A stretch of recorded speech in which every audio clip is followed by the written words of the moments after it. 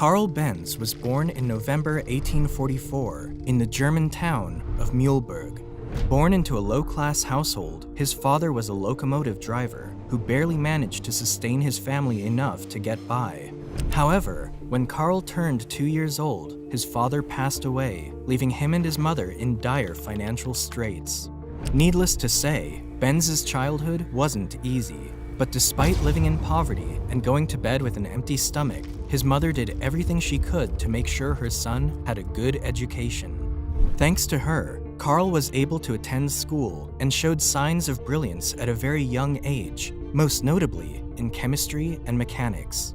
By the time he was 15, Karl decided to follow in his father's footsteps and pass the entrance exam for mechanical engineering at the University of Karlsruhe, where he met a teacher that would eventually play a big role in his life, Ferdinand Rettenbacher.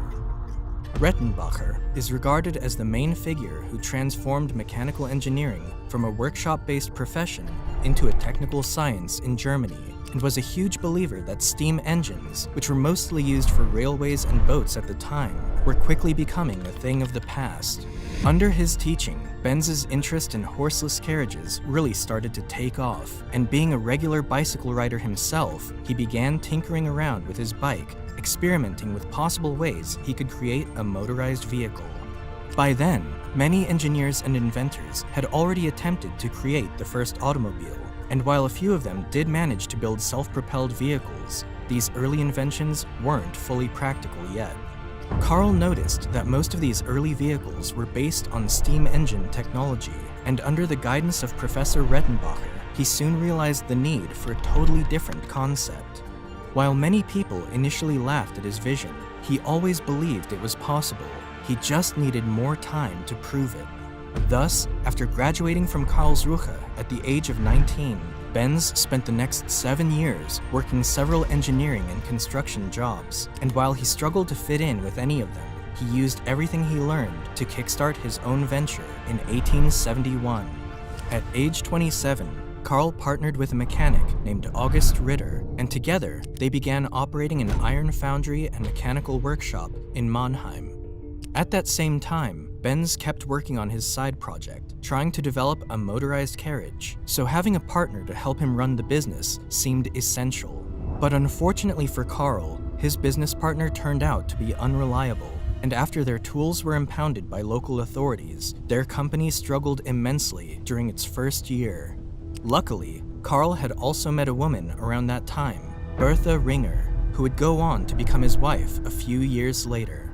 Born into a wealthy family, Bertha was a woman of strong values and couldn't stand to see her fiancé's efforts being wasted by his business partner. So, she decided to use her own dowry to buy out Ritter's entire share of the company, placing her and Karl in full control of the business. Together, they were able to turn the situation around and keep the business afloat during the next 10 years. Despite all the struggles, it was during this period when Karl was able to show his true genius, making major developments and breakthroughs in his side experiments, most notably developing a gasoline two-stroke engine in 1879. To earn more revenue, he also began to patent his inventions, such as his engine speed regulation system, ignition via a battery system, spark plug, carburetor, clutch, gear shift, and a water radiator. With these designs, Karl was not only getting closer to achieving his dream of a horseless carriage, but they also allowed him to add more products that he could sell from his business. However, the business wasn't going as well as he had hoped. You see, the production costs from Karl's venture had risen so much, the banks demanded that it be incorporated. This forced him to associate with other investors, and eventually turn his business into a joint stock company in 1882. At the end, Karl was left with only 5% of his company's shares, and thus was downgraded from his position. To make matters worse, his ideas were no longer taken into account when the company designed new products. In fact, he had no say whatsoever in the company anymore. Frustrated and hurt with this arrangement, Karl packed up his things and left the corporation the following year.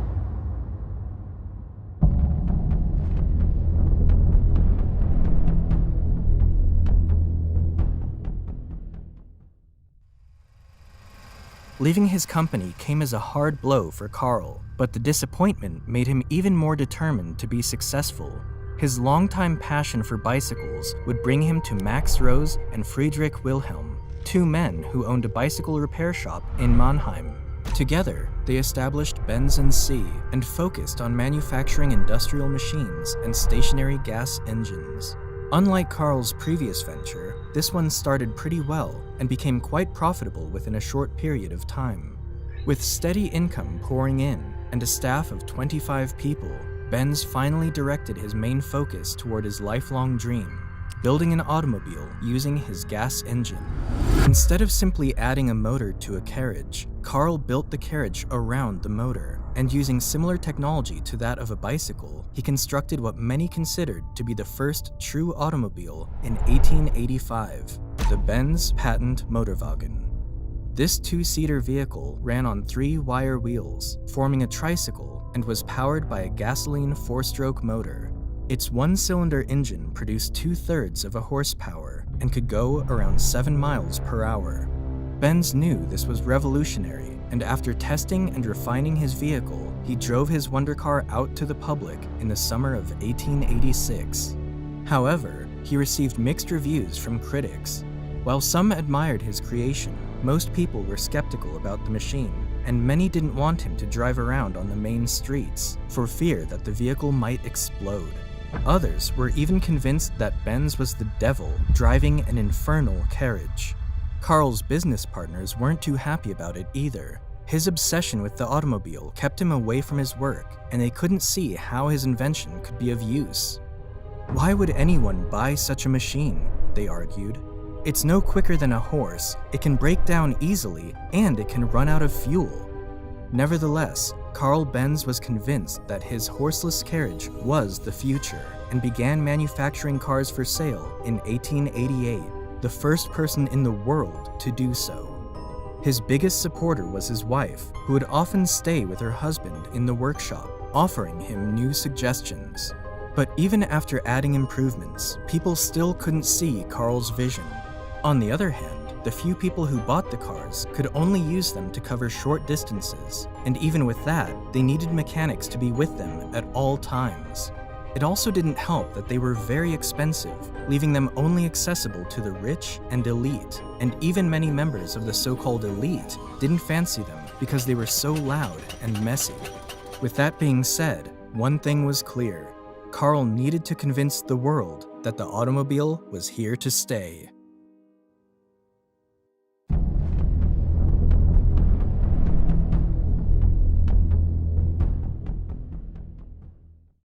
One morning in the summer of 1888, Bertha Benz got up very early while Karl was still in bed and hopped into her husband's car to embark on one of the most important journeys in automobile history. She brought along her 2 sons and set out to visit her mother in Pforzheim, which was 66 miles away from Mannheim. Bertha didn't inform her husband nor the police about her plans, most likely because if they knew, they wouldn't let her go. At the time, no car or motorized carriage had ever previously attempted a journey that long, but she was determined to prove the importance of Benz's invention. However, her trip was no walk in the park. Bertha encountered many problems along the way, like crossing dusty and stony roads that were made for horses, having to stop by a pharmacy to get more gas, and even having to perform a few mechanical repairs. The 66-mile trip took Bertha and her 2 sons over 12 hours, but eventually, they all made it safely to Pforzheim. More than anything, the trip achieved the goal Bertha had set out to achieve: to make people notice that the automobile was the next big thing. With this, the Benz Motorwagen became the talk of the town and received great publicity for Karl's business. Soon enough, Benz & C began to expand quickly, so much so that by 1890, it had become the second largest engine manufacturer in Germany, though not by selling their cars, but rather their stationary gasoline engines. But with the addition of 2 new business partners, Friedrich von Fischer and Julius Ganz, they would soon help to turn this around. As they took care of the business and marketing side of things, Benz could focus more on his engineering goals and was able to patent several new car innovations. such as the planetary gear transmission, the double pivot steering, and the flat engine with a boxer configuration. He also designed and manufactured a new and improved automobile at the recommendation of his business partners, which hit the market in 1893. He called it the Benz Victoria. This was a more luxurious two-passenger vehicle that came with a 3-horsepower engine capable of reaching 11 miles per hour. Thanks to its reliability, the vehicle sold fairly well, but it was its follow-up design, the cheaper Benz Velo, that really took off.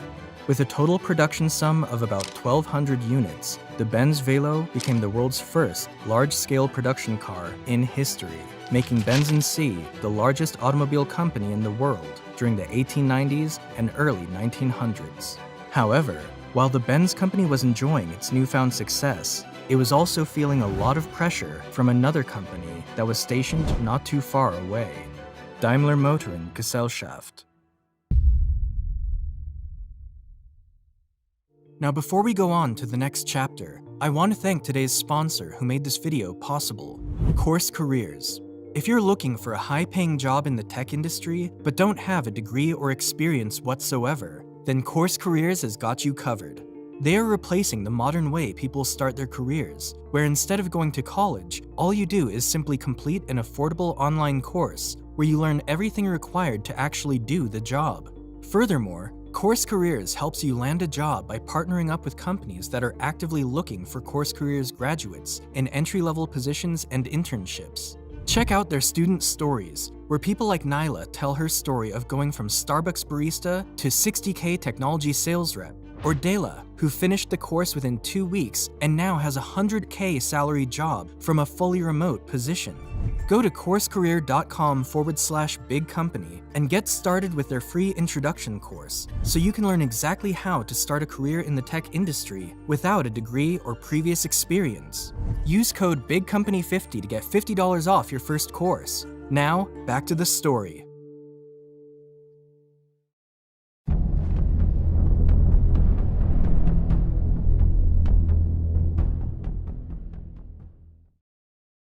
Daimler Motor & Gesellschaft was headed by Gottlieb Daimler and Wilhelm Maybach. Both were brilliant engineers, but Gottlieb Daimler in particular was known for being very competitive and had a lot of connections and knowledge of how to run a business, knowledge that Karl Benz seemed to lack. The first Daimler car to be sold commercially appeared in 1892.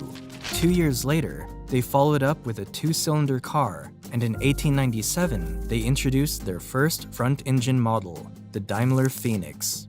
It was clear that the Daimler company was catching up to Benz as their vehicles looked more appealing and comfortable for the public.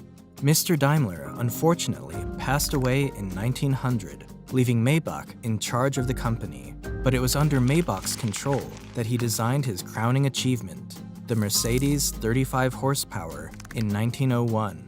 What makes this vehicle so special is that it was the first automobile to resemble our modern idea of a car. It was equipped with a powerful gas engine. The body was wider and larger, with a tailored steel chassis, and its center mass was near the ground. Initially built for racing, this vehicle was made at the request of a wealthy businessman, Emil Jelinek, who decided to name the car after his daughter, Mercedes. This car would go on to win multiple street races and hill climb events, going at a top speed of 56 miles per hour, superior to any other vehicle of its day. This drew a lot of attention to the Daimler company, who decided to rebrand all their vehicles to Mercedes and began producing new models for racing and public use under the same name. On the flip side, however, this new trend didn't sit well for Karl Benz's partners, who wanted an immediate response. To counter their competition, they brought in some French designers to help with a new, faster model, without the approval of Karl. Benz was angry and upset with their decision. He never liked the idea of auto racing and always preferred to drive slowly and carefully. He was horrified by the noise and danger of someone driving at high speeds on public roads. The car built by his team was not a success either, and this became damaging for the Benz company, which suffered further crises between 1903 and 1904. Angry and disappointed, Karl decided to leave his company while still remaining on its board of directors. In the end, he agreed to allow his cars to race, and it ended up being these racing successes that eventually rescued his company. By 1908, Benz had a 120-horsepower racer, a monster that roared from Leningrad to Moscow in 8.5 hours with an average speed of 50 miles per hour, which was an incredible feat considering how primitive the tracks were at the time. But it was the 200-horsepower Blitzen Benz that would ultimately put the brand in the spotlight. Built in 1909, this race car would break the absolute speed record made by any plane, train, or automobile of that time, reaching speeds of over 140 miles per hour in 1911. This placed Benz alongside Daimler as one of the most desired cars at the time, and both companies enjoyed good sales in the years to follow. However, this success was short-lived as the First World War broke out, shaking up everybody's lives as well as the global economy. Following the defeat of Germany in World War I, the country went through an economic recession, and both companies, Daimler and Benz, ended up struggling immensely. To strengthen their possibilities of survival, the two companies put their rivalry aside and signed an agreement in 1924, in which they agreed to combine their production and marketing efforts while still retaining their individual names in order to save costs. But this agreement only lasted for 2 short years, as the German economy got worse and the two companies were forced to merge completely in 1926, creating a new enterprise called Daimler-Benz, under the unlikely leadership of Adolf Hitler.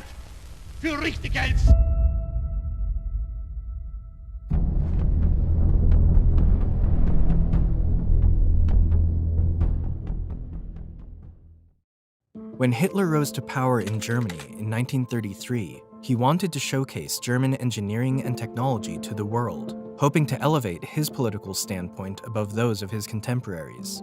One way he decided to impress the world was by exhibiting German cars in international motorsports. Almost immediately, he provided a big subsidy to Daimler-Benz to get involved in Grand Prix races. No other car company of that era would spend as much time and money building cars as fast as Daimler-Benz did, and that fact became evident on the racetrack. From 1934 to 1939, Mercedes dominated Grand Prix races, driving as fast as 200 miles per hour with their W25 and W125 models. However, they were also challenged by a new rival, Auto Union, another German automaker sponsored by their own country. Auto Union would also go on to have its fair share of success during the same period, winning 25 races from 1935 to 1937. These successes put Germany on top of the world with motorsports events, especially Mercedes-Benz, which even became Hitler's preferred car brand. In fact, one of the automobiles he was frequently seen in was the Mercedes-Benz 770, a large luxury vehicle mainly used by high-ranking Nazi politicians and other Axis officials. However, with the outbreak of the Second World War in 1939, the Daimler-Benz company would soon find themselves in serious jeopardy. As the demand for civilian passenger cars became scarce, they began manufacturing military vehicles, submarines, tanks, and aircraft engines for the Nazi military. Their biggest line of business were military trucks capable of transporting 3 to 6.5 tons of supplies. By 1942, they stopped producing public cars altogether, as all their resources were directed toward the war effort. And as the war escalated, new staff were needed to handle the increased armament production. Since the entire workforce were now fighting on the front lines, Daimler-Benz started recruiting women in order to keep up with their required unit volumes. However, this still wasn't enough to meet the demand, so the company resorted to using forced labor.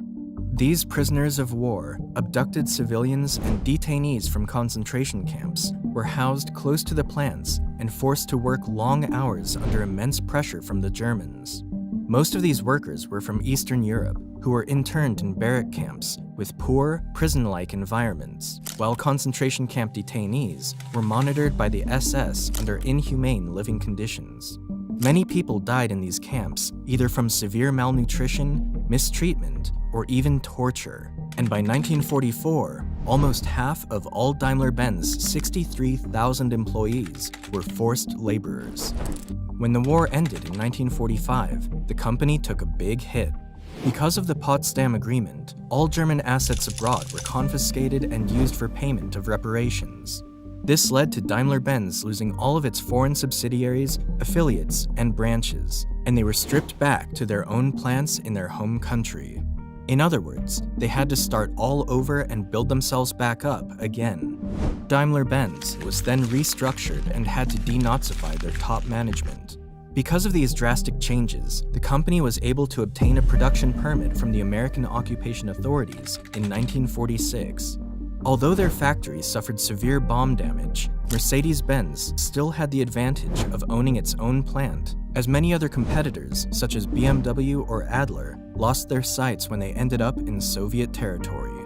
The Mercedes-Benz company then focused their efforts on producing ambulances, police patrol vehicles, and delivery vans based around their 170V models, and used one of their plants as a repair facility for US military transports. By 1947, they were back to producing passenger vehicles, with only 1,045 of their 170V models being produced that entire year. But even under these less-than-ideal conditions, Daimler-Benz still managed to turn a profit just 1 year later. By the 1950s, Mercedes-Benz was able to regain much of its influence, making a strong comeback in motorsports events as well as achieving successful sales worldwide. So much so that by 1954, the company had already profited over $1 billion. Over the years, Mercedes has completely shifted their image and has become one of the most valuable car brands in the world. However, none of that would have been possible without Karl Benz, who, in spite of his humble background, challenges, and critics, had the courage and determination to turn his dream into a reality. Thank you guys for watching. Hope you enjoyed the video. And please don't forget to like and subscribe. Until then, I'll see you in the next one.